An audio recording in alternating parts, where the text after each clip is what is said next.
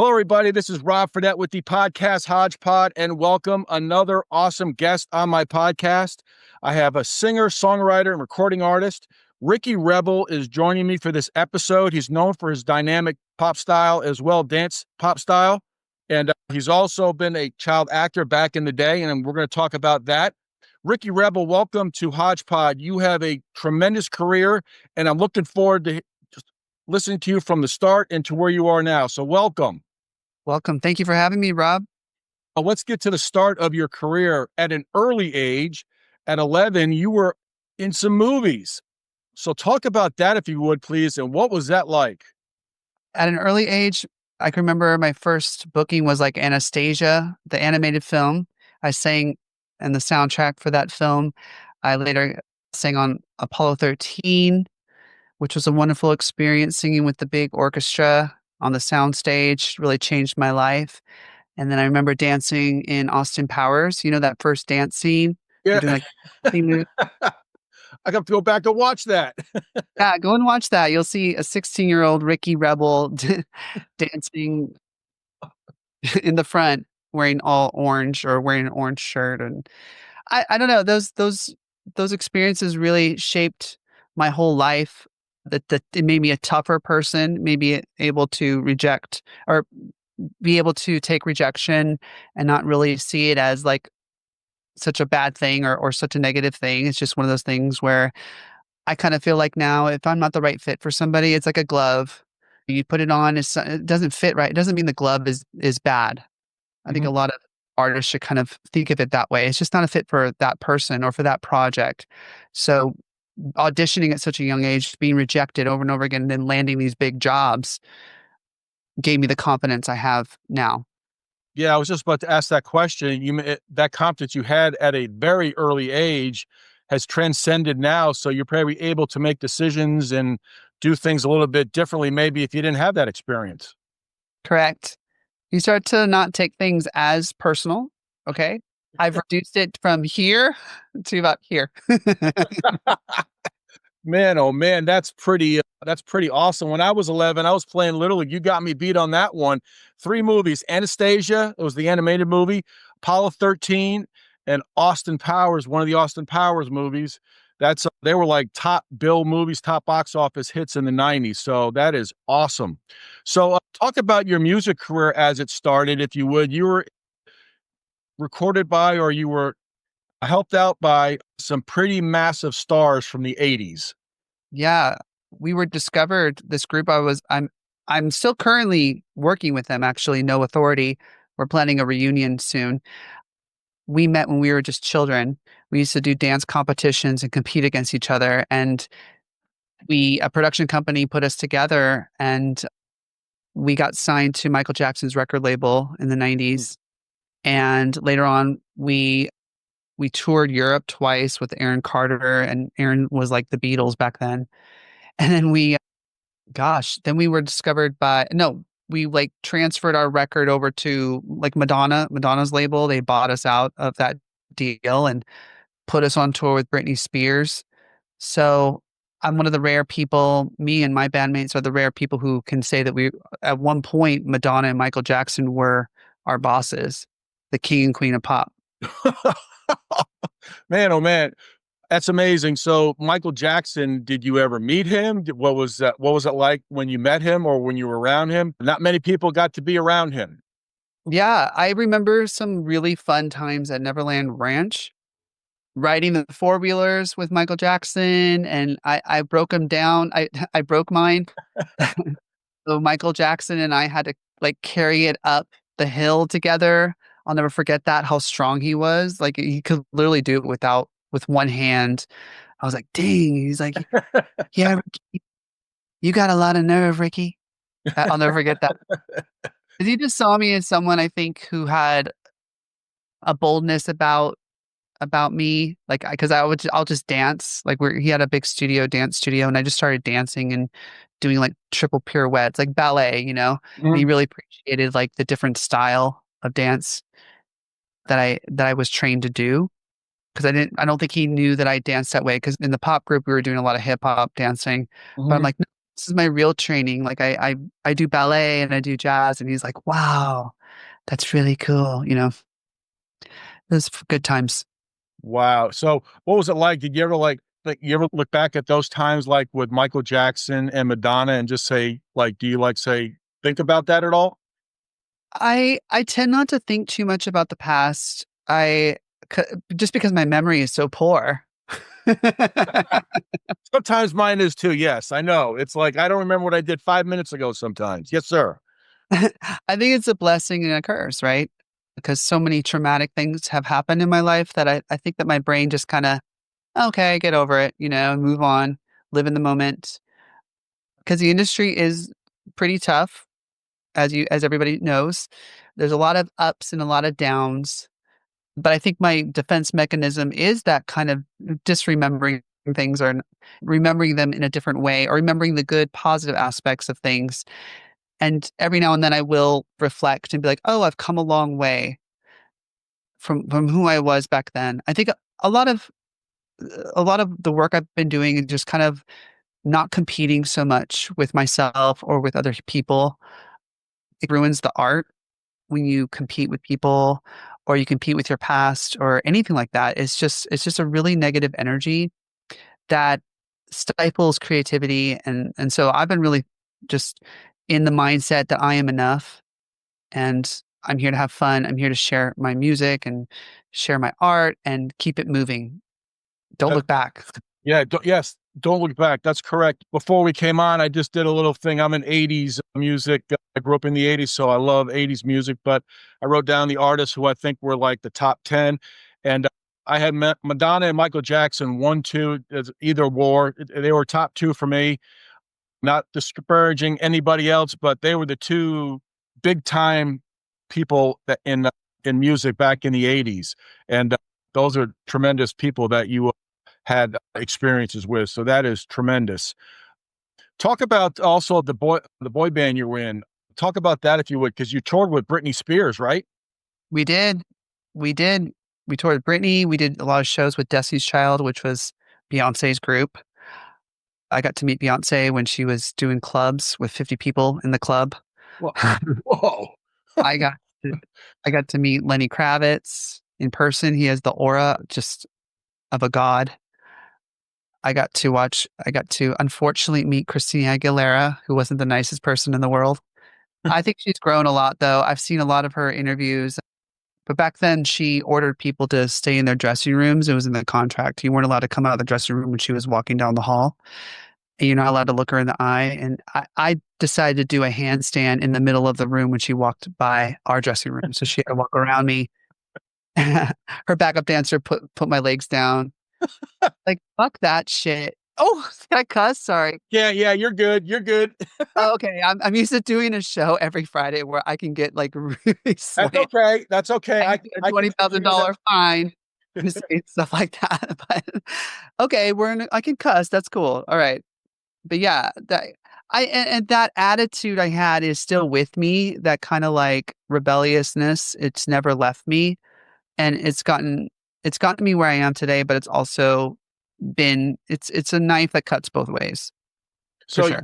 when you were up and coming with going touring with Britney Spears and Destiny's Child. So when you're performing that night, is it like when the off days, you're pretty much relaxing, but the day of the concert, you're back into that focus mode? I mean, I think I was in focus mode the whole time. It's kind of hard, especially for me back then, to relax. I especially vocally, like we had to sing a lot, and I had to do a lot to take care of my voice.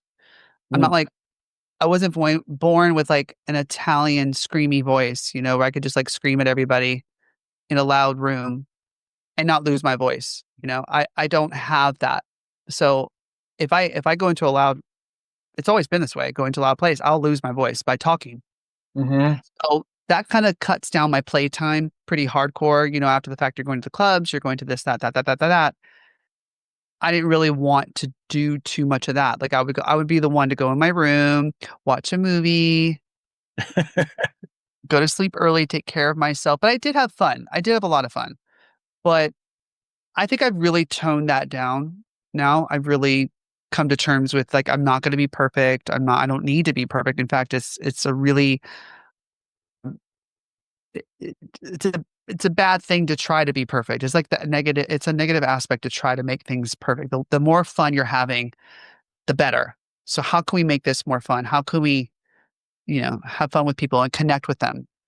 Do you feel the energy when you're in the show? Like when you get out on stage for that first time, does that like something click on with the energy? Does that really like kick in? Because for me, I'm not, I'd probably have stage fright, but for somebody I always admire, people get in front of audiences. They're like, they just do it like I go to my job. So what's that like? Do you feed off the energy right away when you get out on stage?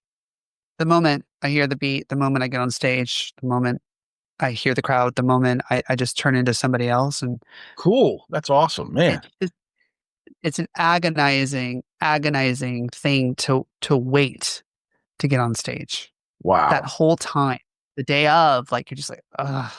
You're like thinking, I've got a lot better at this where I'm just kind of go like, let's focus, let's go work out. That's a great thing to do to take your mind and the edge off. But it's just like a roller coaster. It just keeps going up and up and up and up and up and up and up and up and up and up and up and up. You're just like, when can I go on? What is taking so long? The anticipation is really hard to bear. And then you go, whoop, and you're like, you got your hands up and it's a blast. You're going upside down, you're going around the world, you're doing the whole thing. And it's incredibly fun. But you know, that climb is it's kind of hard because you start to think about, even in roller coasters, you start to think about all the ways you can die, right? All the ways that like, this show can derail. How can this show because you have to think about like the million aspects of things that can go wrong in order for things to go right. I Mhm. have to pay attention to my costume. I have to pay attention to the shoes I'm wearing. I have to pay attention to the cords that are on the stage. I don't want people tripping over them. My Mhm. dancers to get hurt. I got to think about the lighting. Is the lighting shitty? Are they making me look like a Smurf, for instance? They're going to ruin my show if they put blue light on me or red or green. I want white light or the sound man, is he completely incompetent? Is he going to drown my vocal down too low, which is what happened in one of the recent shows I did. He put my Wow. vocal level this level. The music's up here. So I'm saying hi to the crowd, nobody can hear me. So it's just little things. Oh, an MP3.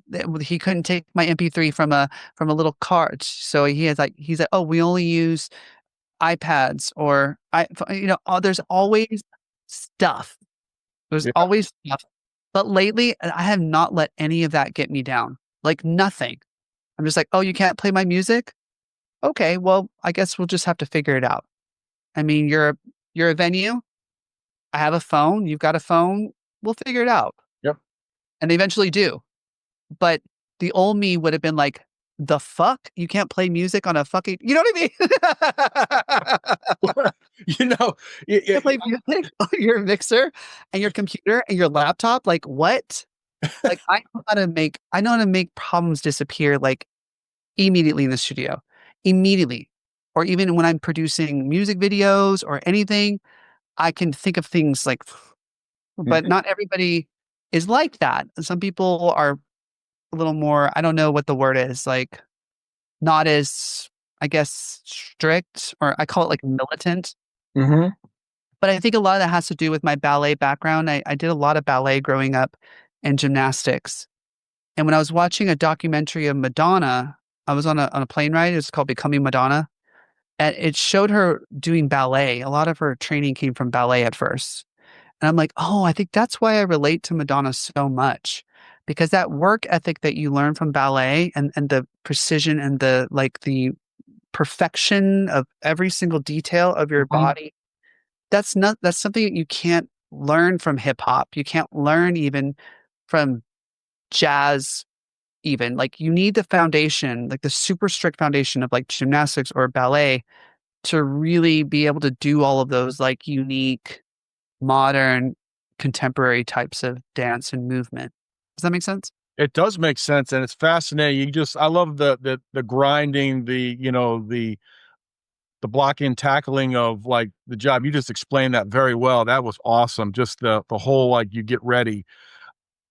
You know, one of my favorite songs, one of the songs I listened to, I had on my playlist this morning, If You Were My Baby. I like that song very much. It reached the top 40 and it kind of sounds to me, sounds like an 80s song to me. And I hope that's a compliment to you. I hope you would take it as a compliment. It sounds like an 80s punk type song. I really like that song, the feel of that song.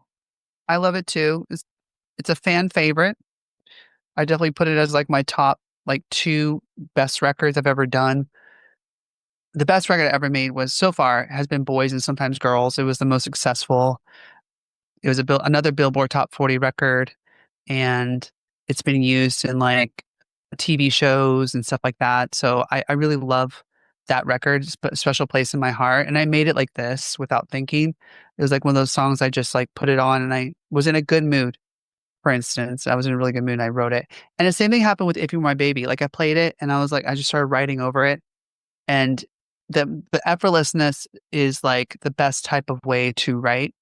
I recently wrote like 4 songs for an artist named Jeremy Sires. He asked me if I could write music for this collaboration with heavy hitter rappers like Snoop Dogg, Gucci Mane, The Game, and Lil Wayne. He's like, I need help writing this. And so I you know, got in my studio, I wrote everything, I sang everything, gave it to him. He's like, okay, now they want you on the record. I'm like, Wow. so now I have features with these amazing, iconic, legendary rappers. And all of those songs are like no thinking material. Like they came out of me as effortlessly as those other records. So I know that they're good because when you start thinking and putting too much thought into things, that's when it gets a little bit like not the right vibe. So you went from getting the start with Madonna and Michael Jackson, and it's transcended now into what you just said, Lil Wayne and Snoop Dogg. What is that like? That's quite the distance in years, and still that's amazing. Thank you. Yeah, it's one of those I call it bio-worthy moments where you can put it in your bio. Thank you. Yeah, I would. Yeah. I'm just, climbing and collecting bio-worthy moments. The next bio-worthy thing that's going to happen to me is in November. I'm going to be inducted into the Entertainment Hall of Fame at Warner Brothers Studios. I'm excited for that. Congratulations. That is tremendous. Thank you. Tremendous, tremendous. The award winners and Yeah, that's quite a collaboration, and to get that induction into the Hall of Fame there, that is awesome. It just shows the your work over the years. Yeah, that If You Were My Baby, what's that? Is that a keyboard in that song? oh yeah, there's a lot of synthesizers. In fact, Synthesizers. Yeah, I love that. I think what you're hearing about that song, the same synthesizer that Prince used was used, like literally his synthesizer was used on If You Were My Baby. Really? Whoa. Yeah. Sam Harmonix was the producer of the track. I wrote the music and the lyrics and he wrote the track. Sam Harmonix is a big, prolific producer and he and I just bonded and he's like, yo, I love this 80s vibe. Let's write like a pure 80s song together. And he told me that he used the same synthesizer that Prince had, which is pretty cool. Well, I feel good. I said it was 80s. I like that. I mean, that was awesome. That song would have been a hit in the 80s. That definitely. I really like it. It was tremendous. So you have to really be fit to go out on stage. I've also get research for this. You're a Pilates instructor? I'm certified. Certified. Wow, certified. Yes. So I used to take Pilates years ago with my wife. Used to go to class with her. Pilates is tough. Happy. Yeah. I can make anybody like break. Or I can make anybody able to do something. And I think that's one of my superpowers, I guess. I even do that in the studio. I kind of take whoever I'm with and just get the best out of them. It's really fun. I like doing that.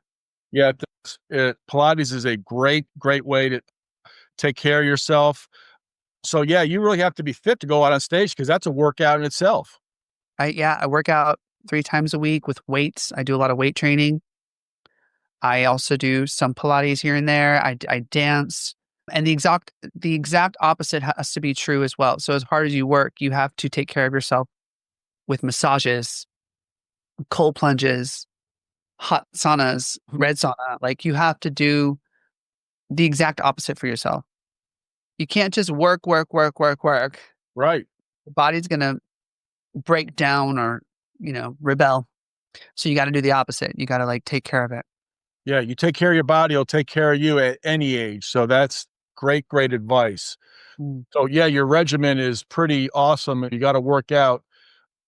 Also, you were also in a commercial in 1999, a Pepsi commercial. What was that like? Fun, a lot of fun. It was with Aretha Franklin. Yeah, it was a lot of fun. I remember the director being quite mean. He was a really mean guy. Mean? Yeah, like notoriously mean. He would scream at the actors if they held the can wrong to the point where the girls were like leaving the room crying. He would just fire them right on the spot. And then he called me in, and I was like, I felt like, the Wizard of Oz when they go and meet the wizard. And like, "Shh, you got to meet the wizard. It's my time to hold the can. It's my time to thing." And I nailed it. I was really proud of myself back then. I think I just really, there was some sort of just super braveness that I had. And I think as we get older, we start to think a little bit more and more. And so I try my best to kind of channel that person I was. That's why a lot of people think like when they meet me, there's like a childlike spirit about me. It's because I'm sucking at the teat of that energy, of that braveness that we all possess as children, like that spirit. I'm absorbing it and I'm keeping it and I'm preserving it forever. I don't want to ever feel like my fears or my like adult overthinking mind takes over. I don't want that to happen. I want to maintain that freedom that I had as a child where I just walk into the room, we do it.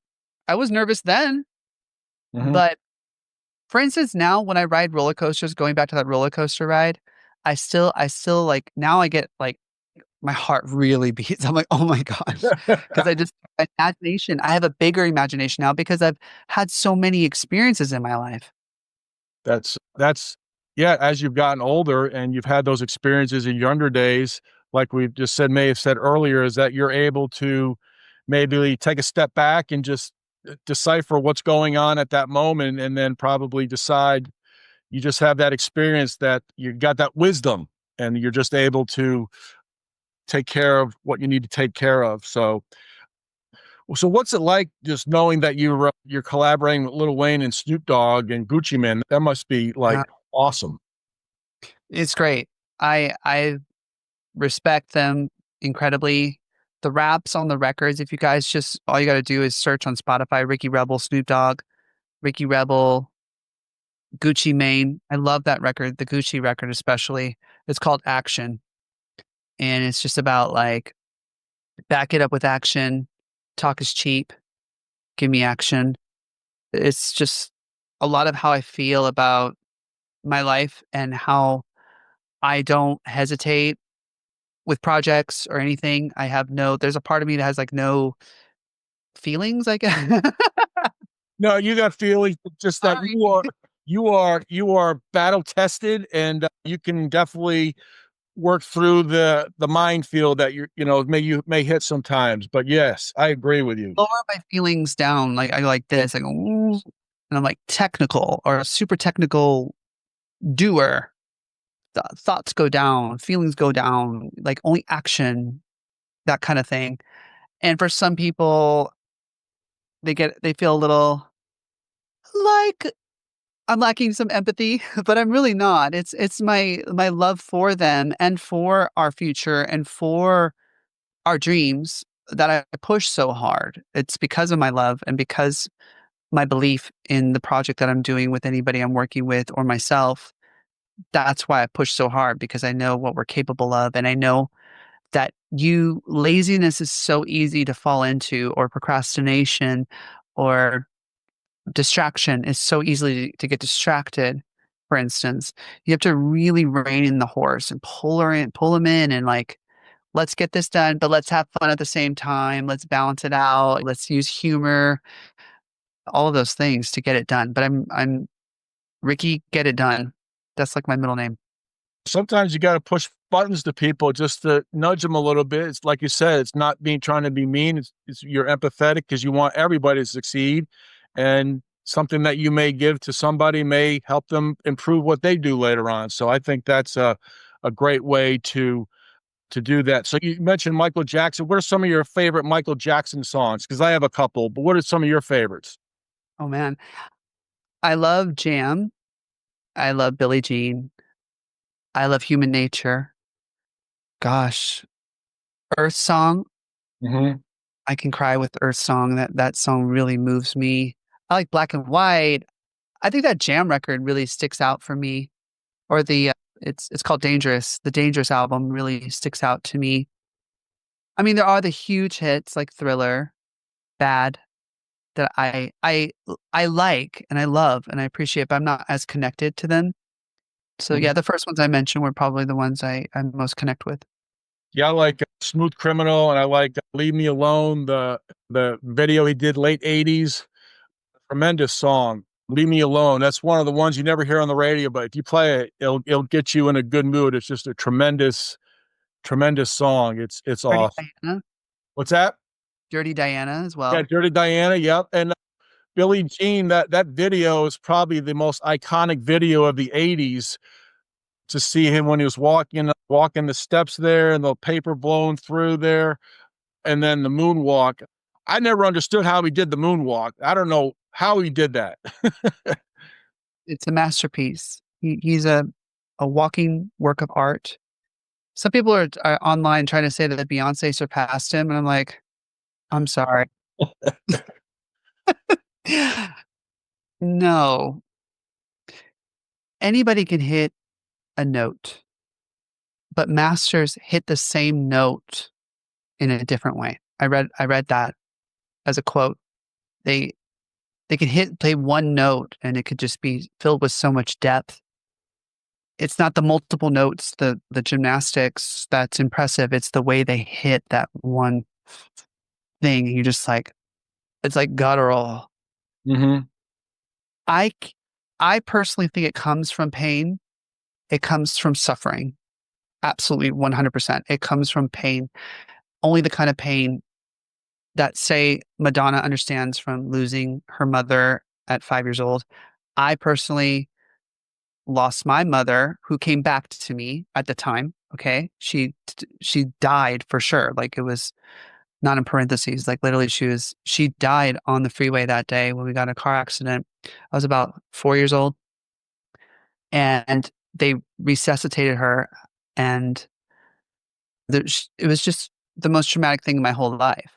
But basically, I don't think that, unless you've gone through something as like that traumatic. For Michael, it was the abuse of his father. It was a lot of things, a lot of trauma he went through. I can't feel it in other artists that have can't communicate that, Hmm. or are pretending to be that, pretending to feel those things. I'm sure Lady Gaga has been through a lot. I know she has, but I can't. How do I word this? I think Lady Gaga is incredible. She's an incredible vocalist, but I just don't think that Beyonce has been through that kind of pain. I mean, losing Jay-Z, okay, someone cheated on you, okay, but did you lose your mother? Like, you know what I'm saying? Like, I don't. Yeah. Were you like forced to take off your clothes when you were a child? Joe Jackson beat him with the belt naked when he didn't get the dance step right. And I mean, that kind of pain is just indescribable, and it's like that. That's what you can that's one of the main reasons I think I'm doing what I'm doing too. I'm trying to heal certain parts of myself through music. make people happy or find the happiness within myself and to live that more in my life. I don't know why this interview took a took this route, but bringing it out of me, baby. You're bringing it out of me. But pain is so important to the artist. And so we shouldn't be afraid of it. It's just we can take something very ugly and very painful and we can create something beautiful out of it. That's the message I think I'm trying to say. That was very well put. That was very well put. You know, Michael Jackson in the 80s, he had tons of artists come to him. They did duets where they had projects together. Mick Jagger of the Stones, State of Shock. He did Ebony and Ivory with Paul McCartney. He had Eddie Van Halen from Van Halen come on the Beat It song on Thriller. And he also did a background vocal for Somebody's Watching Me for Rockwell. That's a great song. You know that song, right? Rockwell, Somebody's Watching Me. Oh yeah, yeah. That song would not have been anything without Michael Jackson in the background of that song. That song just like he carries that background vocals just awesome. A great song. Yeah. Yeah, it's a great song. And it's come to fruition today as well. I mean, Somebody's Watching Me. It's like everything is on camera and everything like that. So what's an average day like for you? You know, you mentioned you got a lot of projects. You got, you're doing collaborations, you're writing music, you have shows. What's like a typical day like, and how long is your day? Because you must have different things going on at once. Yeah, it's kind of nonstop because I work a lot on my phone, believe it or not. I'm answering emails, I'm editing video, I'm editing photos, I'm editing contracts, creating making phone calls, working out, producing music, Hmm. a lot of visiting of people, making meetings. You gotta make meetings. You gotta go see people. It's very important to look at your phone and be like, okay, I haven't spoken to so and so in a long time. I gotta connect with so and so. I gotta connect with blah blah blah. To maintain the garden. Your relationships are like flowers, and you have to water your flowers or they die. Hmm. And in the past, I've let a lot of my relationships kind of die, but just because I forget. If you're not immediately in my room, in my space, working with me or on a project, like I forget about, oh, I have to call so and so. I haven't spoken to that person. It doesn't mean I don't love them with all my heart and soul. It's just like I've had to really train myself to be like, oh, I remember so and so. I need to call so and so, check in with that person and go visit them in their whatever, the projects they've got going on, because that's how they remember you and invite you to be a part of their thing that they got going. For instance, Vera Vanguard, who's a very close friend of mine, she recently asked me to be a part of her amazing movie called Apocalypse Love, and it's winning all kinds of awards and film festivals. And she ended up putting my song "Time Will Tell" in the movie in such a beautiful, magnificent way. And she and I don't talk every day, but like we're homies. We're like really tight. But she's one of those people, like I have to call her sometimes. We're both very independent cats. Like cats, like we're independent, but in reality, we need to purr with each other every now and then and rub up on each other every now and then. You have to do that with your friends. Yep, even at 2 o'clock or 3 o'clock in the morning, right? Rub up on them like a little kitty cat. That is awesome about just your day. I mean, you got a lot of stuff going on and how you manage your time. So what's it like the video for If You Were My Baby? That was a great video as well. So talk about making music videos. Is that fun for you? It can be.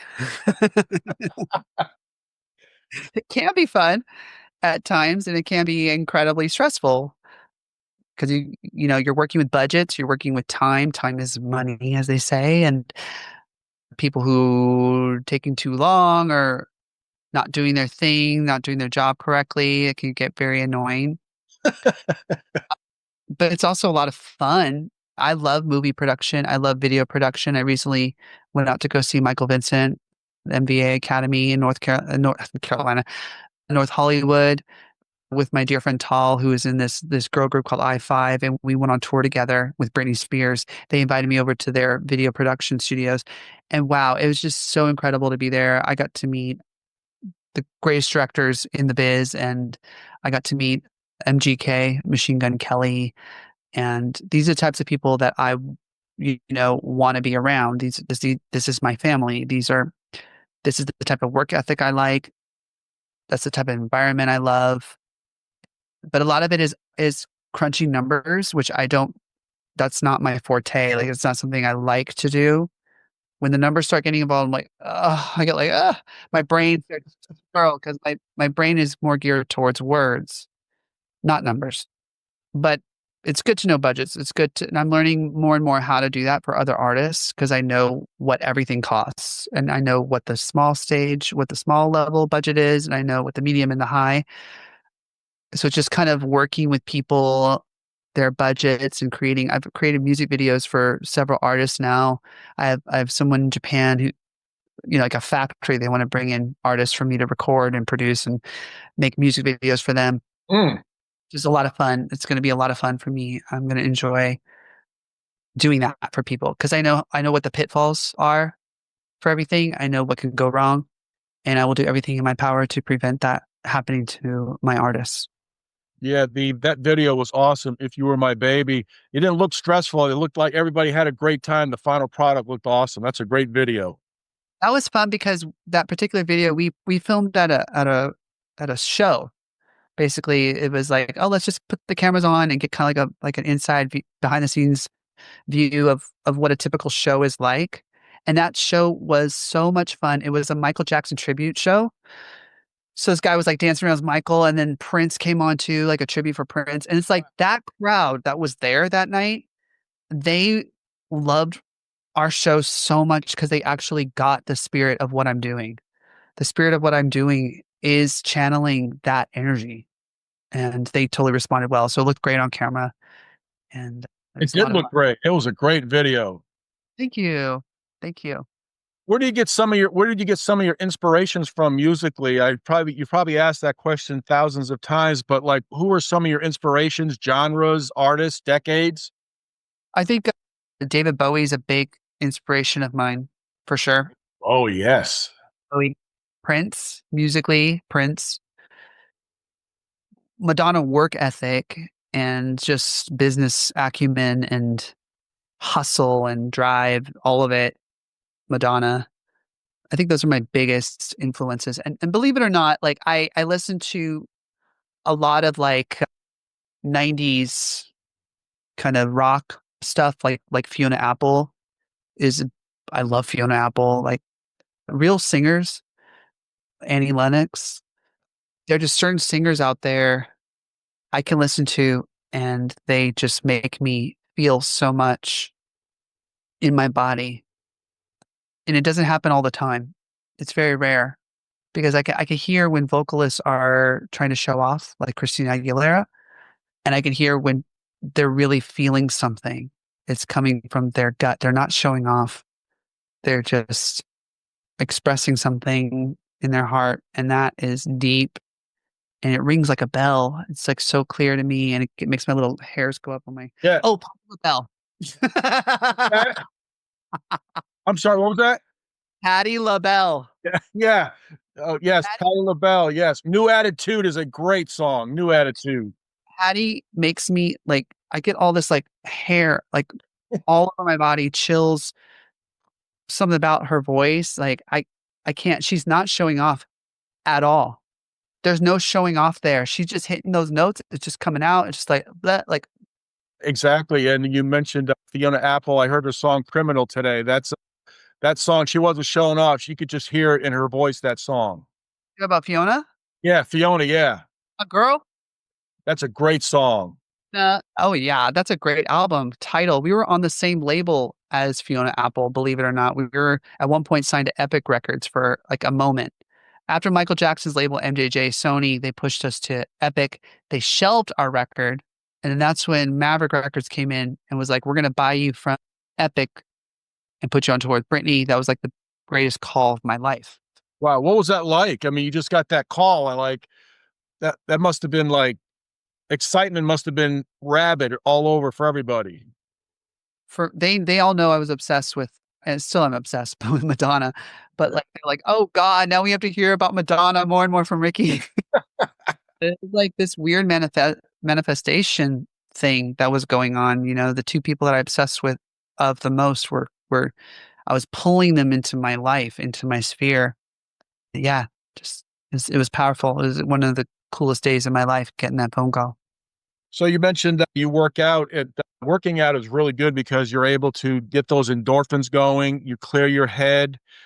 It can definitely change your mood. Also, music is a great way to change your mood. It's very like you hear a song on the radio, you might have a bad day. Music like sucks us in for 3, 4, 5 minutes, and then like your mood can change. Is that you believe that? 100%. Absolutely. It's a very powerful thing. Very powerful.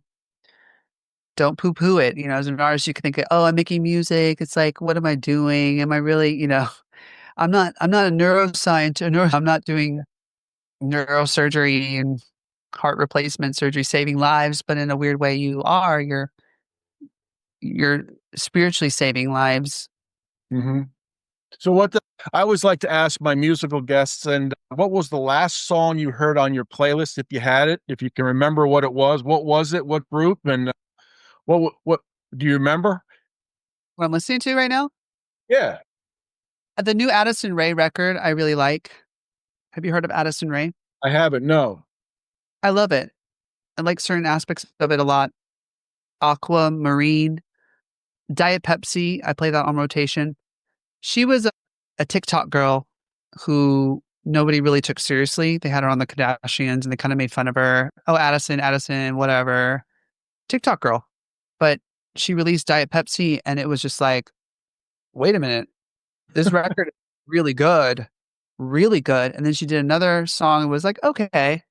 And then she did an album that is just wow. It's crazy. And she dances on stage. She's a beautiful dancer, beautiful performer. And she's having fun and she's sexy and she's effortless and she's yummy. She's yummy. I like her. That's cool. That's cool. I like learning about new music. You had mentioned one of your inspirations, David Bowie. He was massively hot in the early '80s too. He was on my list as well. But David Bowie, he was from the '70s. He had a resurgence with pop in the '80s. My favorite song of his is Modern Love. I love that song. 3, 4 minutes, catches you at the beginning and goes all the way to the end. I love Modern Love. What's your favorite Bowie song? Look at Oh, my, wow. Look at that. I've studied him. I love this book. Wow. He did a lot of drugs. From what I read, he did a lot of drugs. Gosh, I mean, I didn't get into Bowie until I made a rock album with a producer. He's like, "You gotta listen to Bowie." I'm like, "Oh, whatever." And then I heard Reality, this record that's a later on in his career, and I was blown away by his beautiful voice. His he's a baritone singer, and most rock stars they sing as high as they possibly can, and they're all like Freddie Mercury, Yeah. sters, and I can't do that. That's not I'm not a tenor. I'm a baritone, and it's kind of hard to find singers that are right here in this register. Prince or lower. Prince is like that. Really? Oh, okay.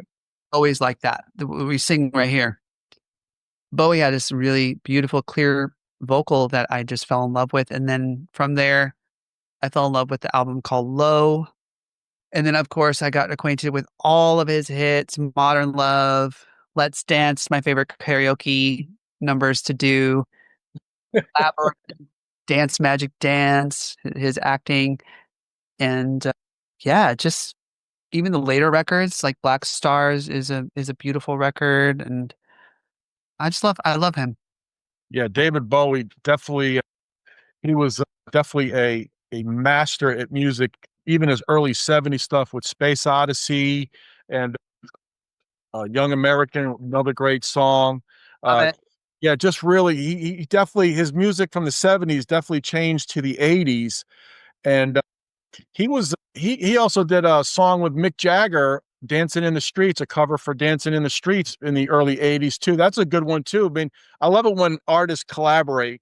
like that. Like you're collaborating with people like, like Snoop Dogg and I lost my train of thought there. Snoop Dogg and Lil Wayne. So that is tremendous. I mean, that is just, you must have to sometimes pinch yourself. Do you not? My Snoop Dogg record's really fun. It's called Soul Survivor. And it's one of Mhm. those songs that just came out of me. Snoop did a rap, and then I wrote over his like I was able to take their raps and kind of figure out, okay, what is the synopsis of how can I kind of relate to what they're rapping about? And at one point he mentioned the word I'm a soul survivor. I'm like, okay, I'm gonna write the hook over like what that is to me and how I am a soul survivor. It's a really good record. If you look it up, I recommend it. Yeah. And the hook is important to any song, right? The hook. Yeah, the hook. You don't have the hook, then you don't have a good song, right? Get it. And I've been complimented for my hooks specifically. A lot of people say I write really catchy hooks.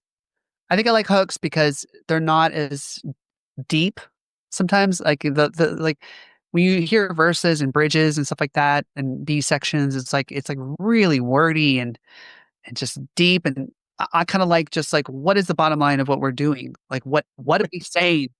What is this? I mean, that's kind of like my personality. Like, let's get down to the bottom line here. And that's what hooks are. They're like, bottom line, what am I saying? What am I doing?